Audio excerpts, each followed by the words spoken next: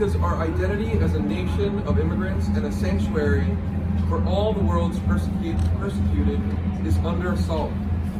In 2018, then Attorney General Jeff Sessions did something unprecedented and extraordinary. He used his power as Attorney General to overturn the decision of an immigration judge.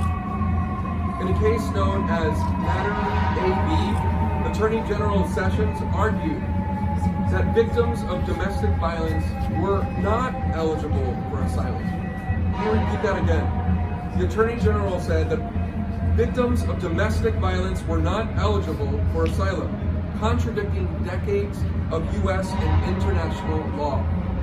In doing so, the Trump administration revealed its deep contempt for people fleeing persecution and violence, and exposed the reality of our immigration system as a system of administration rather than a system of justice. For anyone who doubts the president's cruelty and duplicity on immigration, here is your proof. Recognizing the profound distortion this rule would cause to our nation's promise of being a safe haven for all, and for the absurd assumptions behind its promulgation,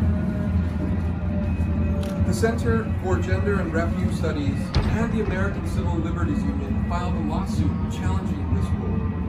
In December 2018, the U.S. District Court for the District of Columbia agreed with the plaintiff, and the federal government has appealed. New York State, along with 19 other states and the District of Columbia, have filed an amicus brief in support of protecting and maintaining the availability of asylum protections for victims of violence.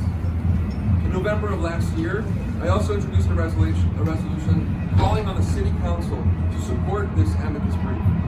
And in less than an hour, we will hold a hearing here at City Hall with the Immigration Committee to discuss this resolution and the ways in which the Trump administration's assault on asylum is hurting our neighbors here in New York.